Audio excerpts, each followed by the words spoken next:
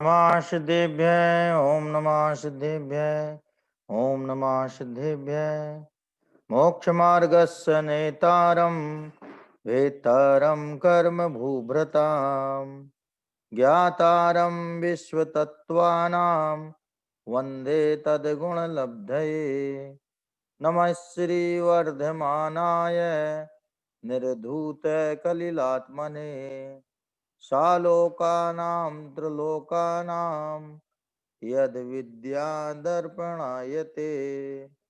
तज्जयति परम ज्योति समं समस्तैरनन्तपर्यायै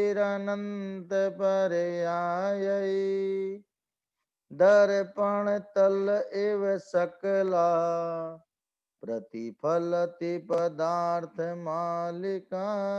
यत्र। तत्वार्थ सूत्र है, अपर नाम मोक्ष शास्त्र है अथवा तत्वार्थ अधिगम। इसमें अपना द्वितीय अध्याय प्रारंभ हुआ था और द्वितीय अध्याय में प्रथम सूत्र जो है जीव के असाधारण भावों को बताने वाला है। माने ये जो 4 अध्याय हैं तत्वार्थ सूत्र के, पहला, दूसरा, तीसरा और चौथा, ये जीव तत्व को समर्पित है। माने पूरा तत्वार्थ सूत्र 7 तत्वों को समर्पित है। जैसा कि इनकी प्रतिज्ञा वाक्य में जो उल्लेख है, जीवा जीवाश्रव बंध संबंध नजरा मोक्षास तत्वम, जहां इन्होंने तत्व का नाम लिया वहां से फिर जो है पूरा का पूरा वर्णन चालू हो जाता है जीव तत्व का। जीव तत्व के बारे में असाधारण भाव के रूप में दूसरा अध्याय आ गया। फिर उसके बाद में जो है जीव के नरक और देवगति का वर्णन तीसरे चौथे अध्याय में, मनुष्य गति का वर्णन, त्रेंच गति का वर्णन। तो ये 4 अध्याय जीव तत्व को समर्पित हैं। और 5वें अध्याय का प्रथम सूत्र है अजीव काया धर्मा धर्म काश पुद्गला। अजीव काय 5 प्रकार के हैं, धर्म अधर्म आकाश और पुद्गल। धर्म अधर्म आकाश और पुद्गल। तो उन्होंने कहा कि साहब आपने काय में कालाणु को क्यों नहीं लिया? कहने वो एक प्रदेशी है और काय बहुप्रदेशी द्रव्यों को कहते हैं। तो इस तरह से ये शुरू के 4 अध्याय, प्रारंभिक 4 अध्याय जीव तत्व के व्याख्यान से भरे हैं। इसमें जीव के असाधारण भाव, असाधारण माने अनकॉमन, जो सब जगह नहीं पाए जाते, सब द्रव्यों में नहीं पाए जाते, खाली जीव में ही पाए जाते हैं, मात्र जीव में ही पाए जाते हैं, वे 5 प्रकार के भाव हैं। माने जितने जीव हैं संसार में, 3 लोक में, संसार बोलने में तो ऐसा लगता है कि संसार में माने मोही जीवों की बात है, लेकिन 3 लोक में जितने जीव हैं, 3 लोक में तो भगवान सिद्ध भी आ गए। नित्य निगोद से लेकर के हैं जो भगवान सिद्ध पर्यंत जितने जीव हैं वे इन्हीं 5 भावों में मिलेंगे। इन 5 भावों के अलावा जीव की कहीं कोई सत्ता नहीं है। माने जीव को यदि ढूंढना है, जीव की यदि मार्गणा करनी, मार्गणा माने खोजना, मार्गणा माने खोजना, जीव को यदि खोजना है तो इन्हीं 5 भावों में जीव खोजा जाएगा। इसलिए ये 5 भाव जो है असाधारण भाव हैं। इनमें 4 भाव जो है वो औपाधिक भाव हैं और एक भाव स्वभाव भाव है।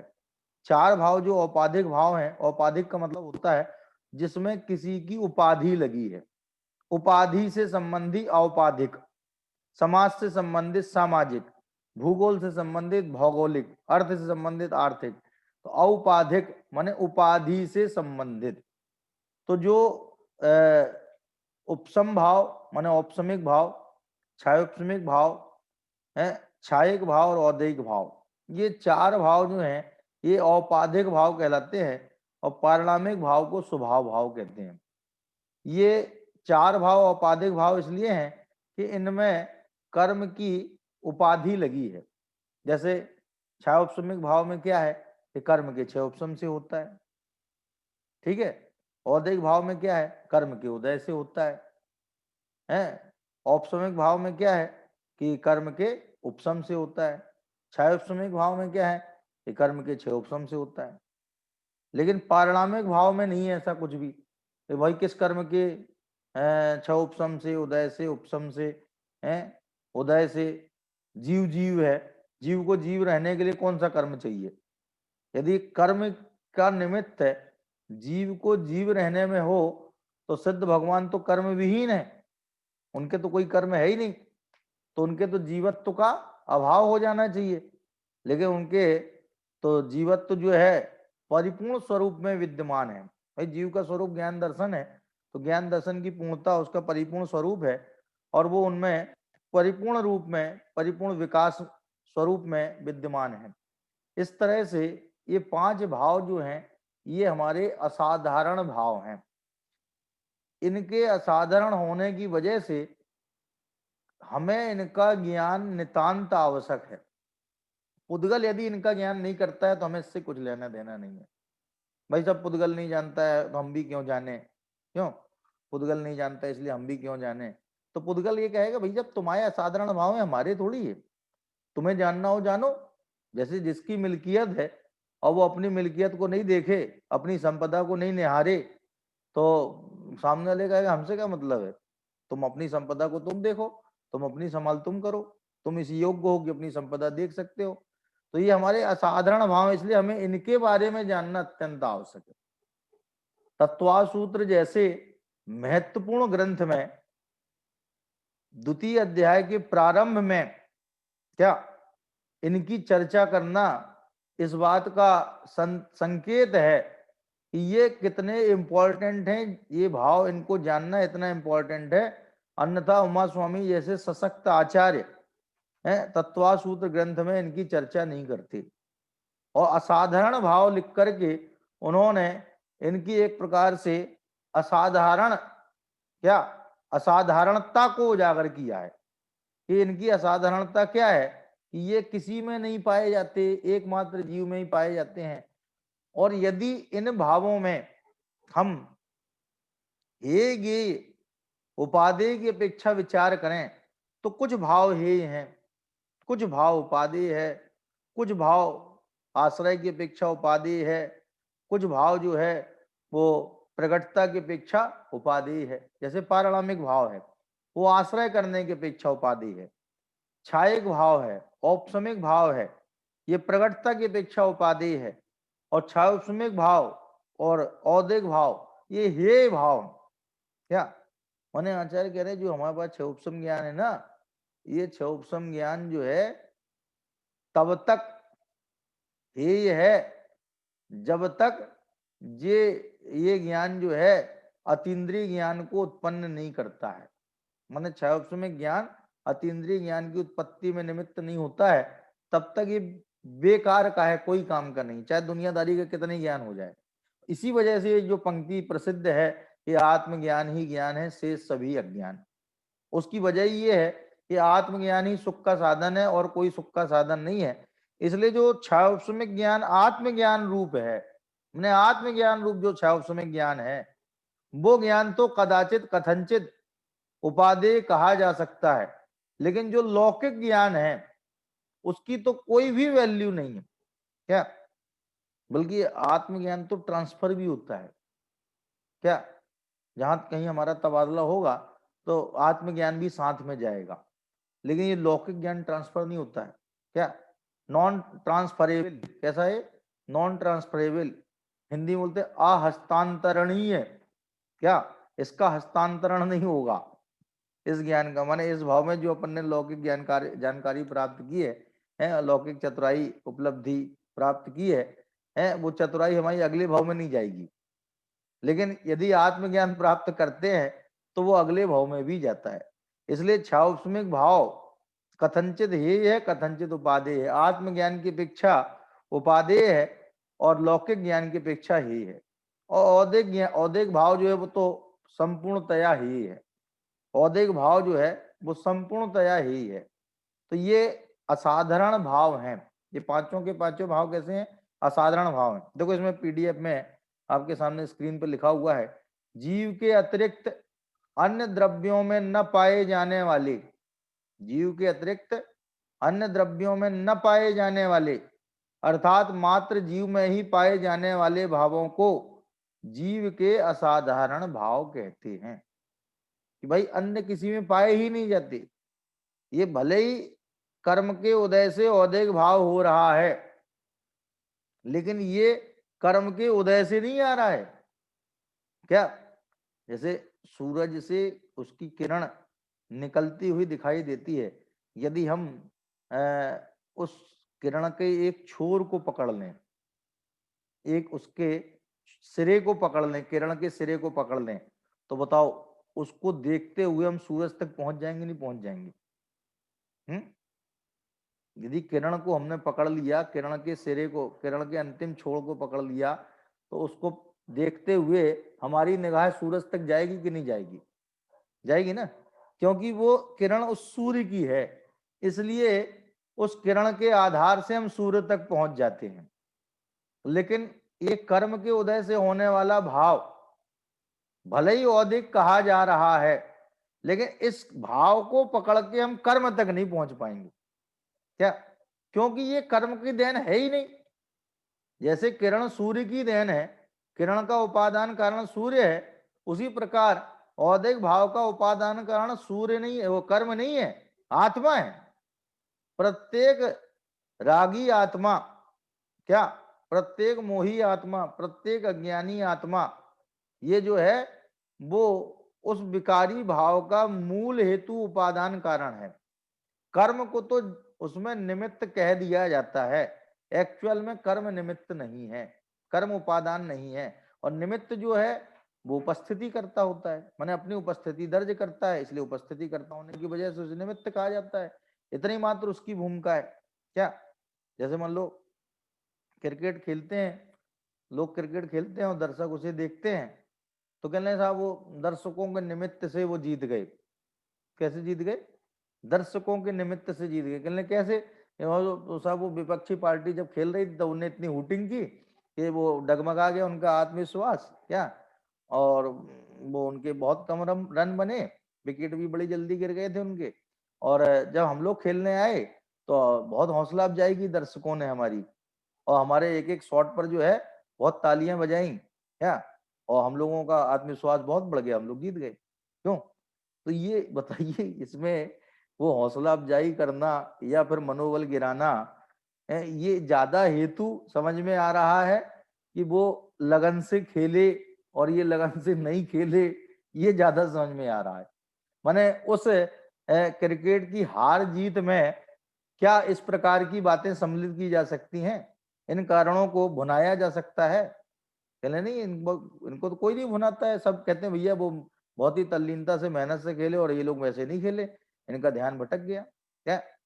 तो कहने का आशा ये है कि वो कर्म का उदय जो है वो उपस्थिति करता है। जैसे वो दर्शक क्रिकेट मैच जो देख रहे हैं, वे क्रिकेट मैच देखने वाले उपस्थिति करता है, तो वे दर्शक रूप निमित्त हैं।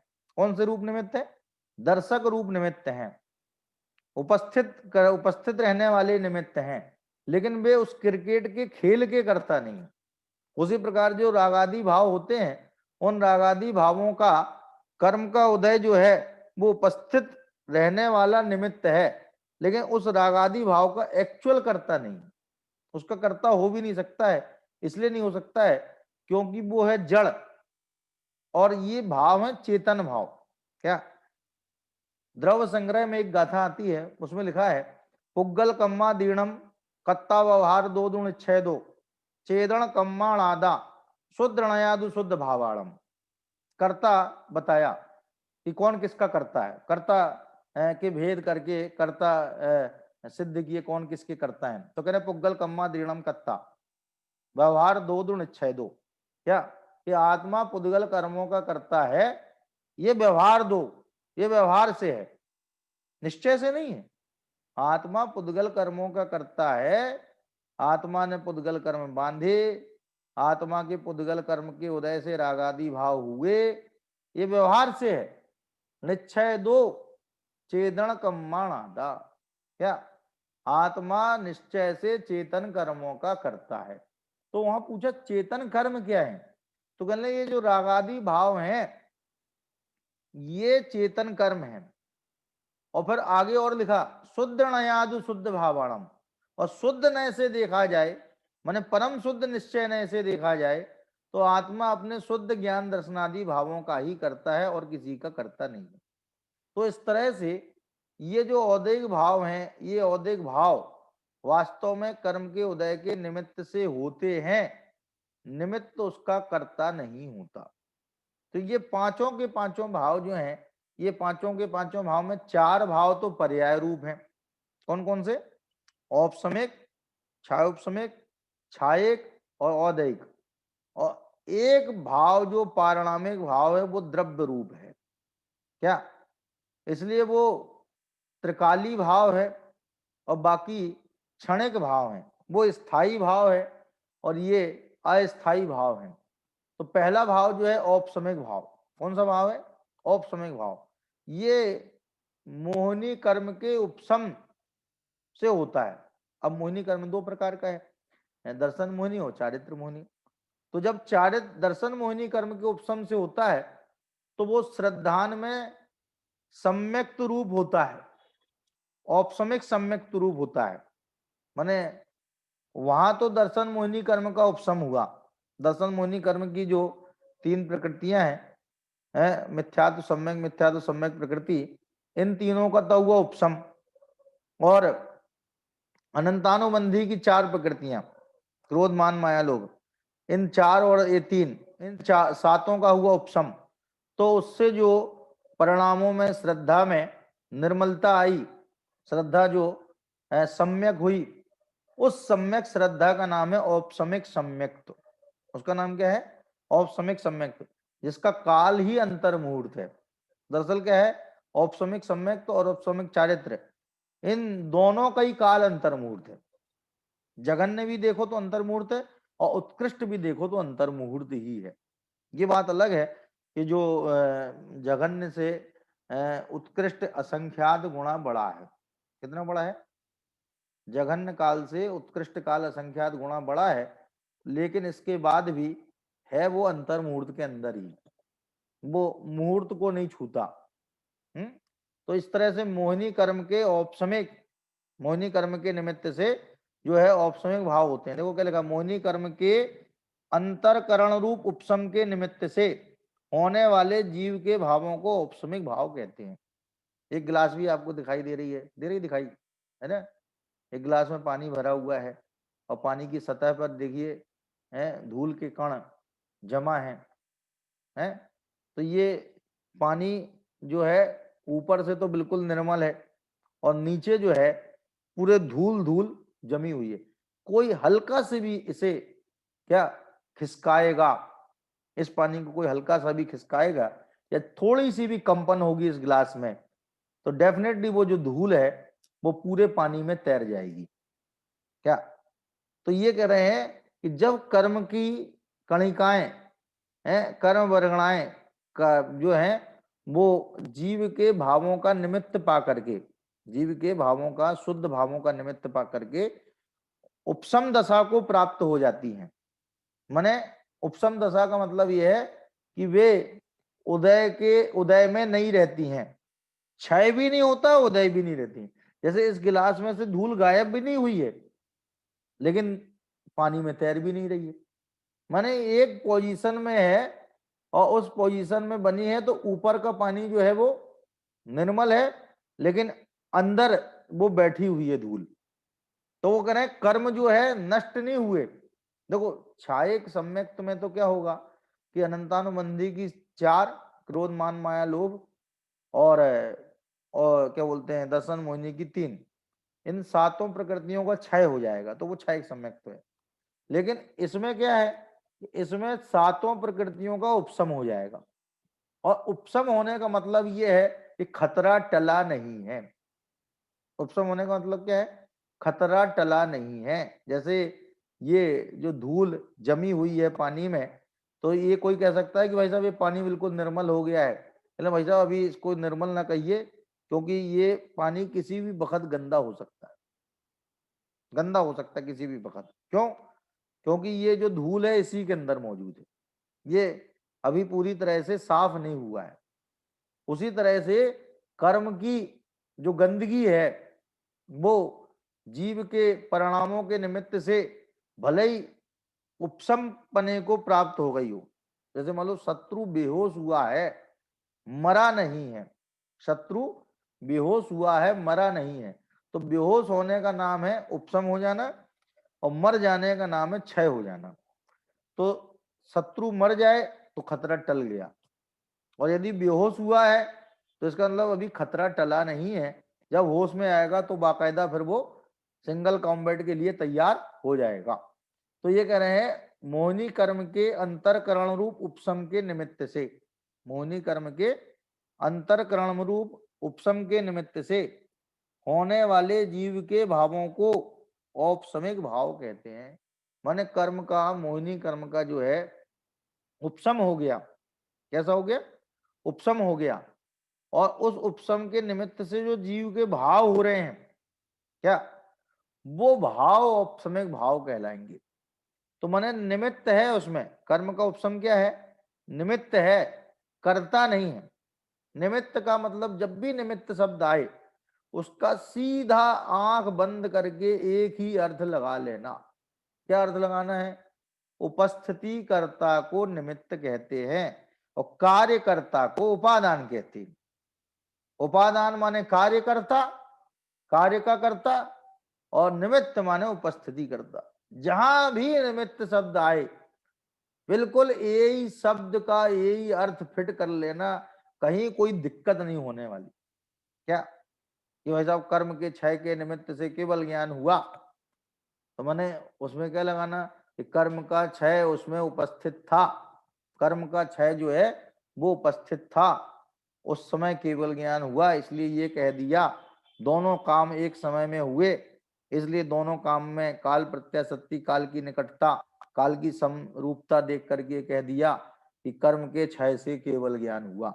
एक्चुअल में तो आत्मा की स्वयं की शक्ति से केवल ज्ञान हुआ। हाँ जी सरिता जी बताइए।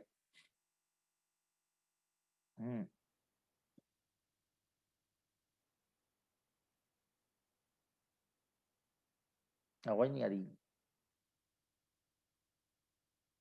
सरिता जी की, अनम्यूट कर दो। हेलो। हाँ जी आवाज आई, हाँ जी आवाज आई। पंडित जी, मैं बोल रही थी कि इसको हम एक्चुअल सिचुएशन में डाल के समझ सकते हैं क्या, हाँ जो ये ग्लास वाला एग्जांपल है, एक्चुअल सिचुएशन में, भाव वाले सिचुएशन में। भाव वाली सिचुएशन में कैसे?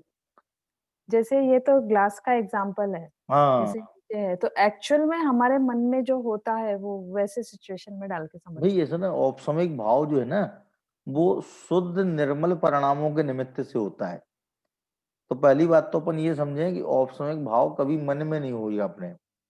इसलिए नहीं होगा क्योंकि जब औपसमिक भाव होगा तो उसमें मन निमित्त नहीं होगा। मन और इंद्रियां ये दोनों को छुट्टी दे दी जाएगी। मन पावे विश्राम, वस्तु विचारत ध्यावते, मन पावे विश्राम, रस स्वादत सुख उपजय अनुभव याको नाम। बनारसी दास जी ने निज आत्मानुभव को डिफाइन किया तो उन्होंने कहा कि मन का काम बंद हो जाता है। माने अपन जो मनोभाव करते हैं ना, जो भी मनोभाव, हैं। वे सारे के सारे मनोभाव औदैहिक भाव की कैटेगरी में आते हैं, वो औपसमिक भाव की कैटेगरी में नहीं आते।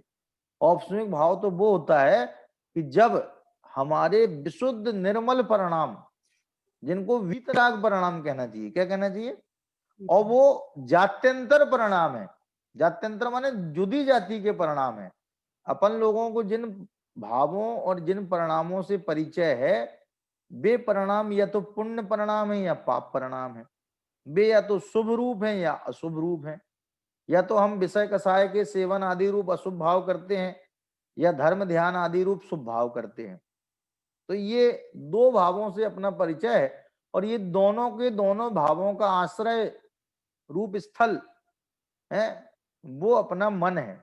मन के आश्रय से है संगी पंचेंद्रिय जीवों के सुभाषित भाव होते हैं, असंगियों के बिना मन की होते हैं। मैंने ये भी समझ लीजिएगा कि भाई अपन लोगों को जो पुण्य पाप के परिणाम होते हैं वो अपने मन के निमित्त से होते हैं, और असंगी जो है एक इंद्रिय से लेकर के असंगी पंचेंद्रिय तक के जीव हैं, उनको जो पुण्य पाप के परिणाम होते हैं वो उनके बिना मन के भी होते हैं। अब जैसे एक इंद्रिय जीव है, अपने इतिहास को यदि अपन खंगालें, इतिहास को यदि टटोलें, तो अपन लोग में से कोई भी ऐसा नहीं है जो नित्य निगोद में पहले नहीं था। सब नित्य निगोद से निकले हैं। अब नित्य नोगोद से कौन सा ऐसा शुभ भाव किया कि अपन यहां आ गए? क्या पहले तो 2 इंद्री में, 1 इंद्री में, 3 इंद्री में गए क्या? इसका मतलब बिना मन के भी शुभ भाव होते हैं, बिना मन के भी शुभ भाव होते हैं। लेकिन ये जो औपसमिक भाव है, ये औपसमिक भाव में मन की कोई जरूरत नहीं है, ये अतीन्द्रिय भाव है। इसमें इंद्रिय और अनिंद्रिय, अनिंद्रिय माने मन, इन दोनों की आवश्यकता नहीं है। ये वीतराग परिणाम रूप है। औपसमिक भाव कैसा है? वीतराग परिणाम रूप है। तो जब वीतराग परिणाम अपने चित्त में हुआ, उस समय कर्म का उपशम हो गया। कर्म का उदय का अभाव रूप क्षय, इसको क्या बोलेंगे? उदयाभावी क्षय। क्या? उदयाभावी क्षय हो गया, माने कर्म उदय में नहीं रहा उतनी देर तक।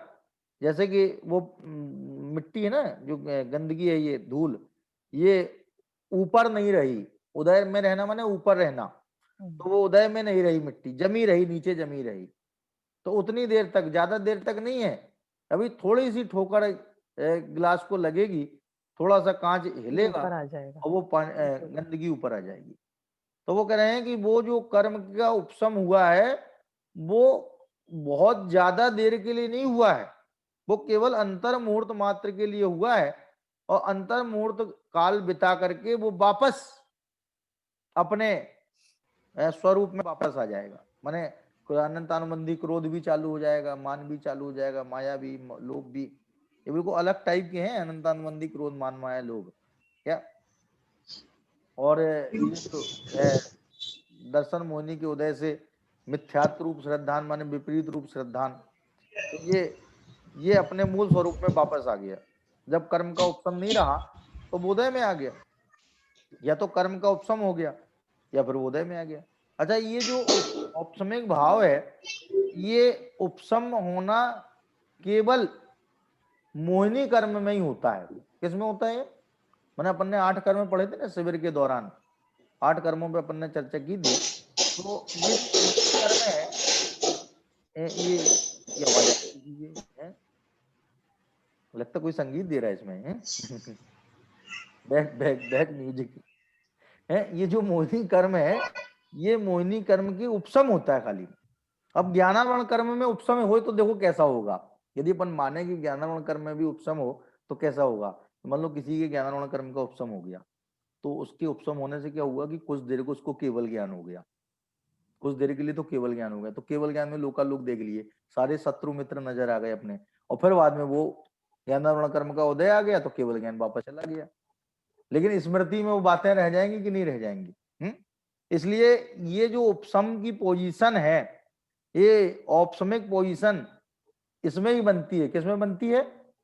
मोहिनी कर्म में। हाँ जी, प्रश्न है, रेखा जी का प्रश्न है, बताइए रेखा जी।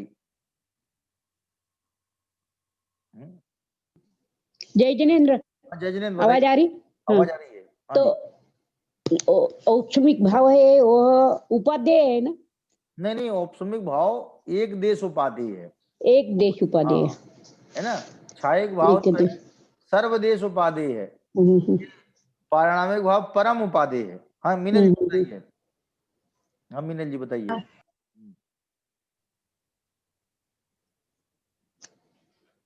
आवाज नहीं आ रही, मीनल जी की आवाज नहीं आ रही है। आपने अनम्यूट नहीं किया क्या? नहीं?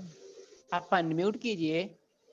हाँ हाँ पंडित जी, मैं ये पूछ रही थी कि हाँ जो हाँ औपसमिक भाव वाले जो जीव होते हैं हाँ वो मतलब हम नॉर्मल जो इंसान नॉर्मल मतलब जैसे चतुर्थ स्थान वर्ती, तो मतलब जैसे ऊपर ऊपर जाएंगे तो ये ऊपर ऊपर गुण स्थान वाले जीवों में ही होता होगा कि हम लोग तक में तो ऐसा भाव हो ही नहीं पाता होगा। नहीं, ये चौथे गुण स्थान से शुरू होता है। इसका प्रारंभ ही चतुर्थ गुण स्थान से होता है औपसमिक भाव का। जैसे अभी सरिता जी ने पूछा ना कि अपन लोगों को ये नहीं होता, तो वो प्रथम गुण स्थान में नहीं होता, प्रथम गुण स्थान में ये भाव नहीं होता, ये चतुर्थ गुण स्थान में होता है। और यहीं से धर्म का प्रारंभ होता है। माने औपसमिक भाव धर्म का प्रारंभ है। देखो, एक तो पुण्य है, एक पाप है, और पुण्य पाप से भिन्न पुण्य पाप से जुदी जाति का एक तीसरा प्रकार का भाव है जो है वीतराग भाव, जिसको धर्म कहते हैं। तो धर्म का प्रारंभ जो है चतुर्गुण स्थान से होता है, और उसमें धर्म के प्रारंभ में कारण कौन है? औपसमिक भाव, माने कर्म का उपशम हुआ तो उस उपशम होने में जो हमारा भाव निमित्त है, देखिए इसमें परस्पर निमित्त नैमित्तिक संबंध है। कैसा? ये देखो, कर्म के उपशम होने से हमारे निर्मल परिणाम हुए, कर्म के उपशम के निमित्त से हमारे निर्मल परिणाम हुए, तो कर्म का उपशम तो हुआ निमित्त, हमारे निर्मल परिणाम हुए नैमित्तिक। ये तो उसकी तरफ से हो गई बात, कर्म की तरफ से हो गई। अब अपनी तरफ से बात करें कि हमारे निर्मल परिणामों के निमित्त से कर्म का उपशम हुआ, तो ये हमारी तरफ से बात हो गई। हमारे परिणाम हो गए निमित्त, और कर्म का उपशम होना ये हो गया नैमित्तिक, और कर्म का उपशम हो गया निमित्त, और हमारे निर्मल परिणाम होना ये हो गया नैमित्तिक। ये आपस में क्या, जैसे वो उदाहरण दिया था ना कि साहब आज तो साहब आज की डेट तो हमारी शादी हुई थी, कल हमारी पत्नी की शादी हुई थी, क्या कोई ऐसे बोलता है क्या? दोनों की शादी एक ही डेट में होती भाई साहब? तो ये दो अलग डेट होती किसी की क्या है? तो वो कह रहे दोनों में निमित्त नैमित्तिक संबंध परस्पर है, माने वो निमित्त भी है और नैमित्तिक भी है। हम निमित्त भी है, नैमित्तिक भी है। हमारे परिणामों के निमित्त से क्या वो कर्म में उपशम दशा हुई, और कर्म की उपशम दशा के निमित्त से हमारे परिणाम हुए। ऐसा परस्पर में निमित्त नैमित्तिक संबंध का व्यवहार है। वो भी इसलिए है क्योंकि ये दोनों काम एक समय में एक जगह में संपन्न हुए। इनमें क्षेत्र की एकता है और काल की एकता है। क्षेत्र की एकता कैसे? कि भाई साहब जिस आत्मा में निर्मल परिणाम हुए, उसी आत्मा के असंख्यात प्रदेशों में ही तो कर्म स्थित है। उस कर्म का भी तो उपशम वहीं पे हुआ है जहां वो आत्मा है, और जहां कर्म का उपशम हुआ है वहीं आत्मा है। तो ये क्षेत्र की एकता हो गई। और काल की एकता कैसी? कि जिस समय निर्मल परिणाम हुए उसी समय कर्म का उपशम हुआ, और जिस समय कर्म का उपशम हुआ उसी समय निर्मल परिणाम हुए। तो इनमें काल संबंधी भी एकता है, समकालपना है। हाँ जी अजय जी बताइए। पंडित जी यहाँ आपने जो बोला मोहनीय कर्म, इसमें दोनों आएंगे ना, दर्शन और चारित्र? दर्शन मोहिनी चारित्र मोहिनी दोनों बट आएंगे। स्टार्टिंग दर्शन मोहिनी से भाई, पहले तो श्रद्धा ही सही होती ना। गुलस्तान से ये होगा लेकिन ना? आप ये ध्यान रखिए कि श्रद्धा सही होने के साथ साथ चारित्र भी सम्यक हो जाता है। कुछ चारित्र में मिथ्यापना, मिथ्यात्व की वजह से, काय की वजह से? जैसे दूध कड़वा नहीं है, दूध कड़वा नहीं है, लेकिन कड़वी तुमड़ी में रखा हुआ दूध कड़वा हो जाता है। तो दूध तो मीठा है क्या? डॉक्टर्स तो कहते हैं कि भैया बिना शक्कर के भी तुम दूध पी सकते हो, कोई दिक्कत नहीं है इसमें, दूध तो ऑलरेडी मीठा है क्या? लेकिन दूध यदि कड़वी तुमड़ी में रखा है तो वो कड़वा हो जाता है। उसी प्रकार मिथ्यात्व के साथ रहा हुआ चारित्र मिथ्या चारित्र होता है, और मिथ्यात्व के बिना जो चारित्र होता है वो सम्यक चारित्र होता है। तो ये सम्यक दर्शन होने के साथ साथ खाली श्रद्धा ही सही नहीं होती है, बल्कि चारित्र भी सम्यक हो जाता है। तो कोई पूछा कि मोहिनी का क्या गया उसमें, चारित्र मोहिनी का क्या गया? तो हम उसमें है ना उत्तर की चारित्र मोहिनी का अनंतानुबंधी की 4 कसाएं गई कि नहीं गई? अनंतानुबंधी की जो क्रोध मान माया लोभ है, वे चारित्र मोहिनी के तो भेद है। तो चारित्र मोहिनी भी तो कम हुआ है, दर्शन मोहिनी तो पूरा ही चला गया, वो तो एक बार में ही पूरा चला गया। वो तो पूरा रहता है या पूरा चला जाता है, लेकिन चारित्र मोहिनी टुकड़ों में जाता है। जैसे एक अनंतानुबंधी चली गई क्रोध मान माया लोभ, तो कहा साहब वो स्वरूपाचरण चारित्र हुआ है। इसी का दूसरा नाम सम्यक्त्वाचरण चारित्र। ये 2 वर्डिंग भी और इसके लिए आती है, ठीक है। फिर उसके बाद में वो अप्रत्याख्यानावरण कसाए गई, तो पता चला कि अणुव्रत आदि हो गई, 12 व्रत हो गए, ठीक है, 11 प्रतिमाएं हो गई, ठीक। फिर बाद में प्रत्याख्यानावरण कसाए भी गई, तो पता चला मुनि दशा हो गई। और फिर उसके बाद में संजुलन कसाय चली गई, तो पता चला बीतरागी हो गई। तो चारित्र है जो किस्तों में जाता है, चारित्र जो है किस्तों में जाता है। और जो दर्शन मोहिनी है वो एक बार में पूरा सुपड़ा साफ या तो पूरा जम के बैठेगा, पूरा साफ हो जाएगा। हाँ हाँ, बताइए। उपशम का मतलब है ना थोड़ी देर के लिए दबा लिया है उसको। हाँ, उपशम का मतलब है अंतर मुहूर्त के लिए कर्म का उपशमन हुआ है। हाँ, कितनी बट देर ये के लिए? चेंज भी हो सकता है ना, रिवर्स भी हो सकता है ना। बिल्कुल डेफिनेटली होगा, ये चौथे गुण से होता हो सकता नहीं, होता ही है। माने उपशम सम्यक दर्शन जो है छूटता ही है, अंतर मुहूर्तवाद छूट ही जाता है उपशम सम्यक दर्शन क्या। लेकिन निर्मलता की बात करें तो छायक सम्यक दर्शन में और उपशम सम्यक दर्शन में, औपशमिक सम्यक दर्शन में और छायक सम्यक दर्शन में निर्मलता की विवक्षा से कोई भेद नहीं है। बस कर्म की थोड़ी थेरी इसमें ये है कि भाई उसमें कर्म का उपशम होता है और इसमें कर्म का क्षय हो जाता है, इतना इन दोनों में डिफर है। लेकिन एक रूपता क्या है कि दोनों में निर्मलता बराबर है, लेकिन छाओपशमिक सम्यक नहीं है। यदि कोई पूछे कि कैटेगरी डिवाइड करिए आप क्या तीनों प्रकार के सम्यक दर्शन में कि कौन तो कम निर्मल है और कौन ज्यादा निर्मल है, तो कहने लगे दो सम्यक दर्शन तो बराबर निर्मल हैं। कौन से? छायिक सम्यक दर्शन और औपशमिक सम्यक दर्शन। लेकिन छायोपशमिक सम्यक दर्शन इन दोनों की अपेक्षा कम निर्मल है, क्योंकि आचार्यों ने लिखा है चल मल अगाढ़ दोष उसमें लगते रहते हैं। वो भी इसलिए कि सम्यक तो प्रकृति का उदय चलता है क्या, सम्यक प्रकृति का उदय चलता है। तो औपशमिक में क्या समझना अपने को? हाँ जी मधु जी बताइए, प्रश्न है क्या आपका? पंडित जी और एक पूछना था, ये जो हाँ, पहले 4 भाव बताए ये हाँ, व्यवहार से बताए ना? 4 भाव व्यवहार से नहीं, हाँ, 4 भाव पर्याय संबंधी भाव हैं। तो 4 उसको भाव कैसे हैं व्यवहार में ले सकते हैं क्या इसको? भाई? भेद है तो व्यवहार में ले सकते हो आप, भेद का जितना कथन है सब व्यवहार है। जितना यावत भेदो तावत व्यवहारो, भेदो सो व्यवहारो, अभेदो सो निश्चय। अभेद का नाम निश्चय, भेद का नाम व्यवहार, ऐसी भी एक व्यवहार की परिभाषा है। तो उस अपेक्षा से आप कह सकते हो व्यवहार है ये क्या। लेकिन है जीव के ही भाव। देखो शरीर हमारा है, ये भी व्यवहार है, और ये 4 प्रकार के असाधारण भाव हमारे हैं, ये भी व्यवहार है। बताओ दोनों समान व्यवहार है क्या? बराबर का व्यवहार है भाई साहब। एक में तो आप परद्रव्य को अपना कह रहे हो जो कभी हो ही नहीं सकता है, और एक अपने भावों को अपना कह रहे हो जो अपने हैं ही, उनको अपना क्या कहना, जो तो अपने हैं ही ना। हाँ मधु जी बताइए। जय जिनेन्द्र पंडित जी। हाँ जय जिनेन्द्र जी बताइए। ये एक देश और सर्वदेश की समझ में एक हमेशा देश ये सर्वदेश, वर्ड आता है, एक देश और सर्वदेश, भाई ये क्या होता है? एक देश का मतलब ये होता है कि वो आंशिक काल के लिए प्रकट करने योग्य है। कितना? जैसे आंशिक। मान लो आंशिक काल के लिए, जैसे मान लो औपसम्यक सम्यक दर्शन नहीं है तो कोई पूछे भैया सम्यक दर्शन की शुरुआत कहाँ से होती है? डायरेक्ट छायक हो सकता है क्या? किसी ने पूछा भैया कोई ऐसा उपाय नहीं डायरेक्ट छायक हो जाए, तो कहा नहीं, आचार्य ने कभी डायरेक्ट छायक नहीं होता, अनादि मिथ्या दृष्टि को सबसे पहले औपसम्यक ही होता है। तो उसके लिए कहेंगे कि एक देश प्रकट करने के लिए, माने आंशिक काल के लिए। कितने काल के लिए? कि पहले प्रकट कर लो, उसके बाद में फिर छायक कर लेना। इसको क्या कर लेना? छायक कर लेना।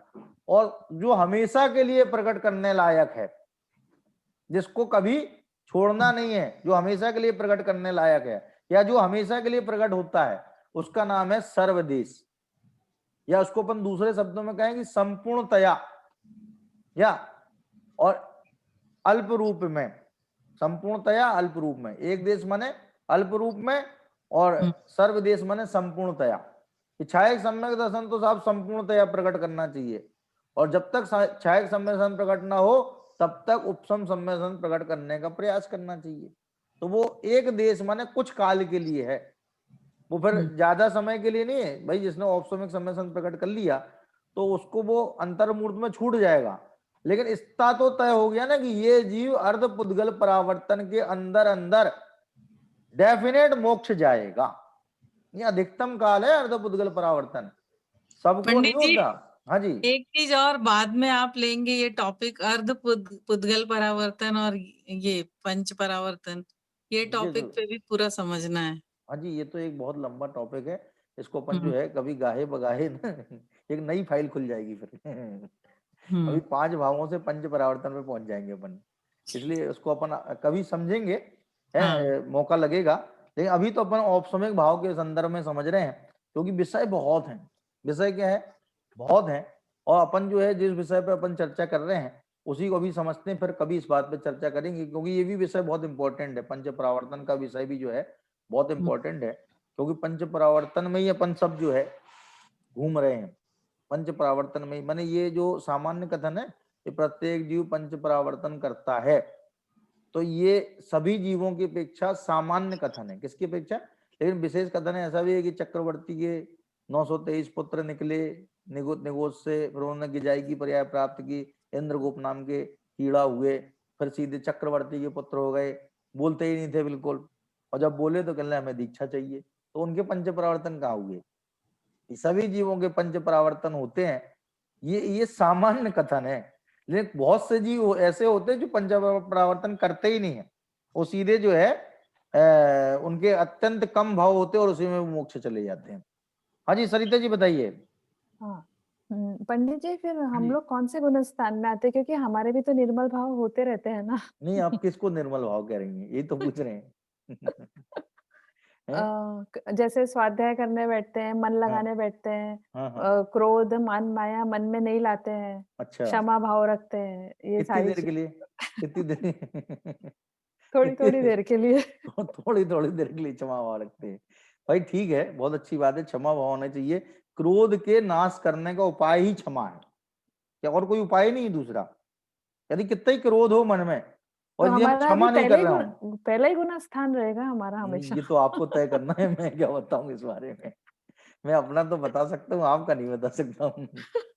दरअसल क्या है कि जब तक अपन ये पुण्य या पाप या शुभ अशुभ भाव में रहते हैं, इनसे भिन्न कोई अतीन्द्रिय भाव की प्राप्ति नहीं करते हैं, तब तक पहले ही गुण स्थान रहता है। भाई जिन भावों की आपने चर्चा की है, वे भाव मुख्य रूप से शुभ और अशुभ ही तो हैं, और क्या है? जैसे मान लो घर गृहस्थी के काम कर रहे हैं, ये सब अशुभ भाव, व्यापार धंधा आदि कर रहे, ये सब अशुभ भाव, और स्वाध्याय आदि करने बैठे, ये शुभ भाव। लेकिन इनमें कोई भी भाव मैंने अपन पूरे 24 घंटे को टटोले जागृत अवस्था के, भाई सुप्त अवस्था में तो निर्मल भाव होंगे नहीं। ये कोई सोचे कि भाई सोते समय सम्मेलन हो गया, पता नहीं उठने के बाद गायब हो गया, लेकिन बीच में हो गया था, तो सम्मेलन ऐसे हो सकता है क्या किसी को? है तो मैंने उसमें तो सवाल ही नहीं होने का। लेकिन उठने के बाद जो अपन दिन भर जो भाव करते हैं, उन भावों में कभी भी अपन को निराकुलता मिली क्या? कभी भी अपने को निर्विकल्पता आई क्या? अपन इस बात को जज कर सकते हैं अपने भावों को देख करके। कौन सा ऐसा क्षण आया पूरे दिन भर के कार्यों में कि जिस समय हम एक पल को निराकुल हो गए? तो हम जब जज करेंगे तो हमें रिजल्ट यही आएगा, जजमेंट यही आएगा कि हम एक क्षण को भी निराकुल नहीं हुए। कोई ना कोई आकुलता धीमी धीमी लगी रही। क्या एक काम हो गया तो थोड़ा सा उस काम संबंधी रिलैक्स हुआ कि चलो ये तो निपटा, लेकिन उसी समय अरे अभी ये तो और बाकी है, ये तो हुआ ही नहीं है। कृतकृत्य नहीं होते हम लोग क्या है? कृतकृत्य नहीं होते। कोई व्यक्ति अपने जीवन में ये नहीं कह सकता है कि आज भाई साहब हमारे सारे मनोरथ पूरे हो गए और हम सिद्ध समान कृतकृत्य हो गए। क्या? हाँ जी, और कोई प्रश्न है? हाँ जी मीनल जी बताइए।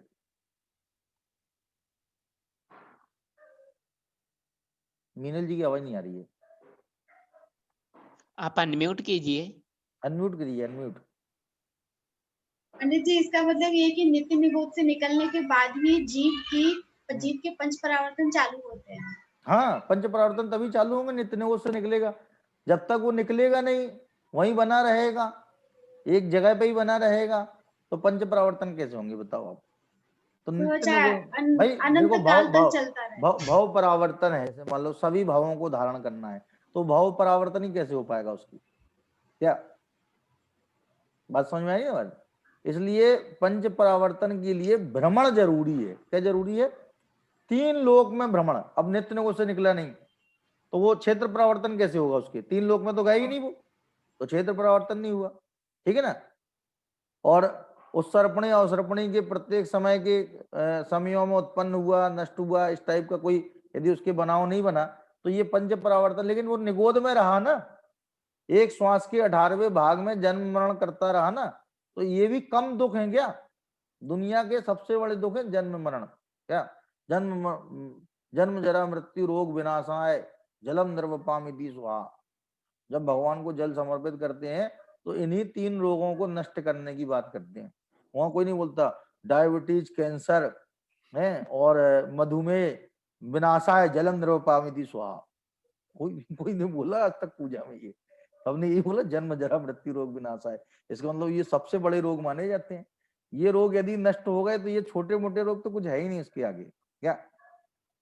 तो ये पंच परावर्तन सबके नहीं होते। यदि विशेष कथन कोई विशेष पर ध्यान दे तो ये सबके नहीं होते, लेकिन सामान्य रूप से कहा जाता है कि सभी जीव अनादिकाल से पंच परावर्तन करते आ रहे हैं। लेकिन हमेशा सामान्य कथन से विशेष कथन बलवान होता है। सामान्य शास्त्र तो नूनम विशेषो बलवान भवेत, निर्विशेषो ही सामान्यम भवेत खर विषाणवत। ये सामान्य कथन से हमेशा विशेष कथन बलवान होता है और विशेषों से रहे सामान्य गधे की सींग समान होता है। जैसे गधे का सींग है क्या? गधे का सींग है, मैंने गधे पे बोल रहा हूँ, मैं गधे पर, ज्ञान में नहीं बोल रहा हूँ। नहीं तो आप लोग ज्ञान में कहो हाँ ज्ञान में तो है। मैं कह रहा हूँ गधे पे सींग है क्या? जो गधे का सींग है, जैसे गधे की पूंछ है वैसे गधे का सींग है क्या? कहले नहीं है। तो कहले गधे का सींग नहीं है, उसी तरह से विशेषों से रहे सामान्य नहीं है। प्रत्येक सामान्य विशेषमय है और प्रत्येक विशेष जो है सामान्य का आश्रय है। क्या है? आश्रय और आश्रय। जिसमें रहा जाए उसका नाम है आश्रय, और जिसमें जो रहता है, तो जो रहता है उसका नाम है आश्रय। तो सामान्य में विशेष रहते हैं, सामान्य में क्या रहते हैं? विशेष रहते हैं। इसलिए विशेष क्या है? आधेय, और सामान्य है आधार। सामान्य और विशेष में क्या संबंध है? आधार आधेय संबंध है। सामान्य के आधार से विशेष रहते हैं। जैसे ज्ञान दर्शन सुख चारित्र आदि हमारे विशेष हैं और वो आत्मा सामान्य के आधार से रहते हैं। ठीक है ना जी? तो अपना पहला भाव कौन सा हो गया? औपसमिक भाव। औपसमिक भाव की क्या परिभाषा है? जो कर्म के उपशम के निमित्त से जीव के निर्मल परिणाम होते हैं, उन निर्मल परिणामों को औपसमिक भाव कहते हैं। ये परिभाषा हो गई इसकी। अब चूंकि औपसमिक भाव 2 प्रकार का है, क्योंकि कर्म भी 2 प्रकार के हैं, दर्शन मोहिनी और चारित्र मोहिनी। तो दर्शन मोहिनी के उपशम के निमित्त से जो भाव हो वो सम्यक्त भाव और औपसमिक सम्यक्त, और चारित्र मोहिनी कर्म के उपशम के निमित्त से जो भाव हो उसका नाम क्या कहलाएगा? औपसमिक चारित्र। उसका नाम क्या हो जाएगा? औपसमिक चारित्र। इसलिए सम्यक्त चारित्र्य सूत्र क्या है?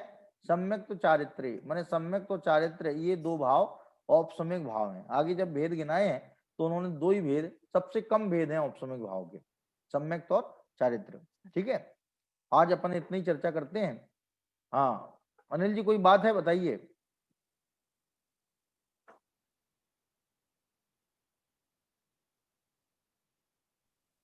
वर्ल्ड जैन पाठशाला द्वारा आयोजित ई शिक्षण शिविर यह अपना 9 तारीख से 16 नवंबर तक आयोजित होगा और इसमें आप सभी लोगों को अनेक विद्वानों के माध्यम से समागम मिलेगा। और इसका कार्यक्रम इस प्रकार रहेगा: प्रातःकाल श्री जिनेंद्र पूजन, उसके बाद ठीक गुरुदेव श्री का प्रवचन और बाल कक्षाएं रहेंगी, और फिर अनेक विद्वानों का प्रातःकाल प्रवचन सुनने का अवसर मिलेगा। डॉक्टर श्रेयांश कुमार सिंगई जयपुर, ब्रह्मचारी हेमचंद जी हेम देवलाली इत्यादि अनेक विद्वानों का हमें समागम मिलेगा प्रवचनों के माध्यम से। और दोपहर में बाल कक्षाएं 4 बजे से 4:40 तक रहेंगी। संध्याकालीन के कार्यक्रम इस प्रकार रहेंगे: ठीक 7 बजे से 7:30 बजे तक जिनेंद्र भक्ति, और 7:30 बजे से 8:15 बजे तक सामूहिक बाल कक्षाएं, जो पंडित विराग जी शास्त्री जबलपुर, पंडित विपिन जी शास्त्री नागपुर इत्यादि अनेक विद्वानों के द्वारा ली जाएंगी कक्षाएं, और उसमें पंडित अनुभव प्रकाश जी शास्त्री जैन दर्शनाचार्य कानपुर आपके द्वारा भी सामूहिक कक्षा ली जाएगी, और वह सम्यक दर्शन के 8 अंग ये इस विषय पर आपके द्वारा कक्षा ली जाएगी। और उसके बाद 8:15 बजे से 9 बजे तक सांस्कृतिक कार्यक्रम होंगे, और जिसमें अनेक विदुषियों के माध्यम से भी ये सुनने का अवसर मिलेगा, कार्यक्रम में होंगे। तो आप सभी लोग इस शिक्षण शिविर में भाग लें और रजिस्ट्रेशन करें, ये आवश्यक सूचना थी। इसी सूचना के साथ मैं विराम देता हूं। आप सभी लोगों को जय जिनेन्द्र।